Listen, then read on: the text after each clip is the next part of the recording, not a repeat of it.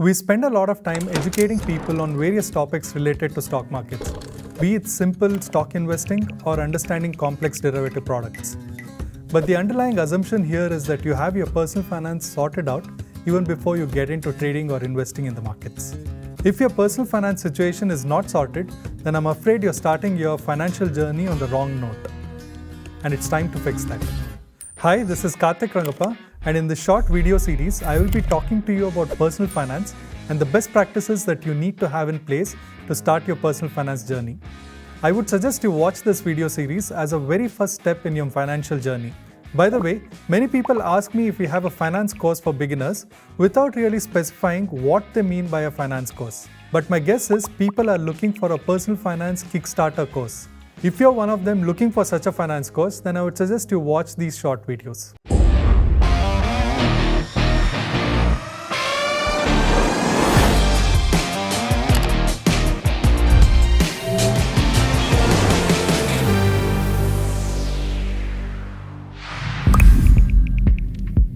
In this video, I'll be talking to you about the very first step you need to take in your personal finance journey. That is saving money for an emergency situation. Let me share a personal story with you.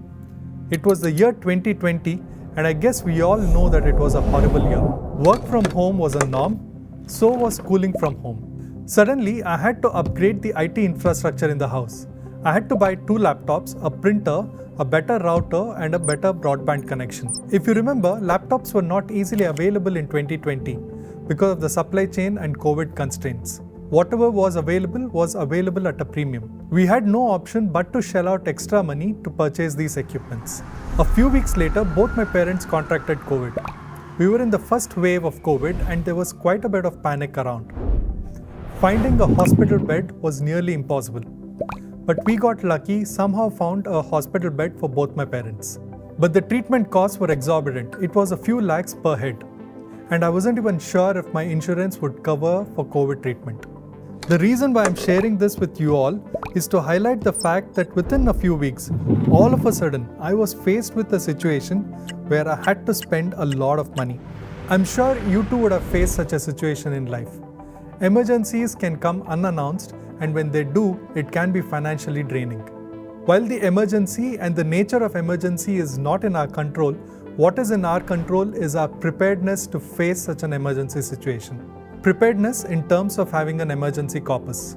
Luckily, I was able to manage the situation because I had an emergency corpus in place. The purpose of an emergency corpus or an emergency fund is to help you deal with the emergency and not let you scramble for funds at the last minute. Imagine, in an emergency situation, you're already under significant stress because of the circumstance you are in.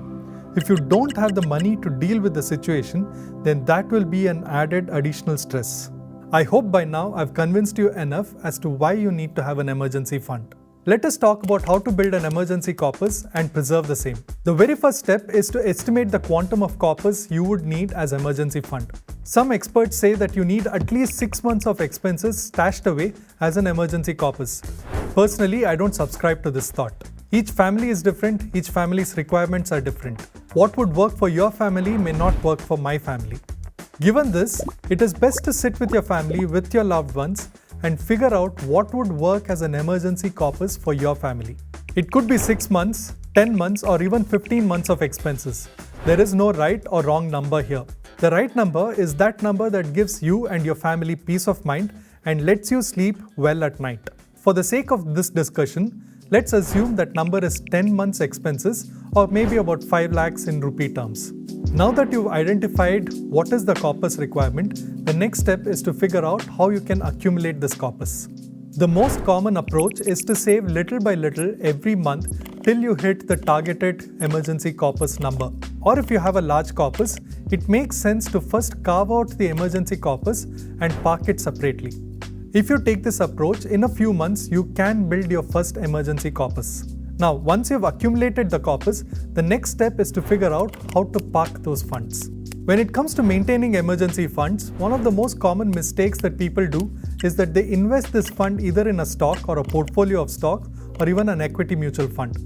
This is one of the silliest financial mistakes that you can do. Remember, The reason why you've saved for an emergency fund is that it is available to you in full when you need it. Investing your emergency money in stocks or equity mutual fund means that you're inducing volatility in your funds, and this can be a fatal mistake in times of emergency. I would suggest you invest your emergency funds in financial products that have low volatility. A simple fixed deposit will do the trick. Alternatively, you can even consider short-term bond funds or even a liquid fund. The idea with emergency fund is to have quick access to the funds and also have full capital protection. A financial product that does not fit into this definition cannot be your vehicle to save your emergency corpus.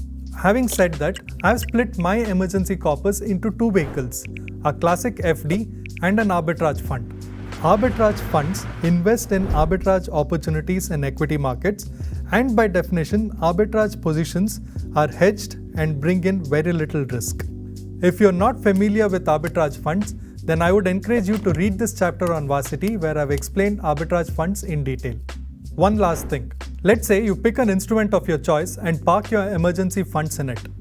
Maybe a liquid fund. When an emergency strikes, you need access to the funds immediately. But a liquid fund, although very liquid, still needs T+1 day for full settlement, which means that you may not have access to your funds immediately and there could be a 1 or 2 day waiting period. How would you deal with this? Well, in such a situation, there is absolutely nothing wrong to use your credit card as a source of funds. Use it to pay for the emergency, utilize the 25-day free credit your bank would give you, and repay the credit card bill as soon as you receive money from your liquid funds. This is one of the smarter ways to use a credit card and the free grace period that your bank would give you. I will talk more about credit cards in the third video in this series, where I will be talking about borrowings.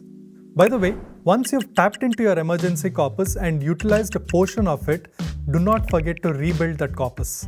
Another common mistake that I've seen people do is with great difficulty they will build their emergency corpus, but they end up utilizing this fund for lifestyle purposes.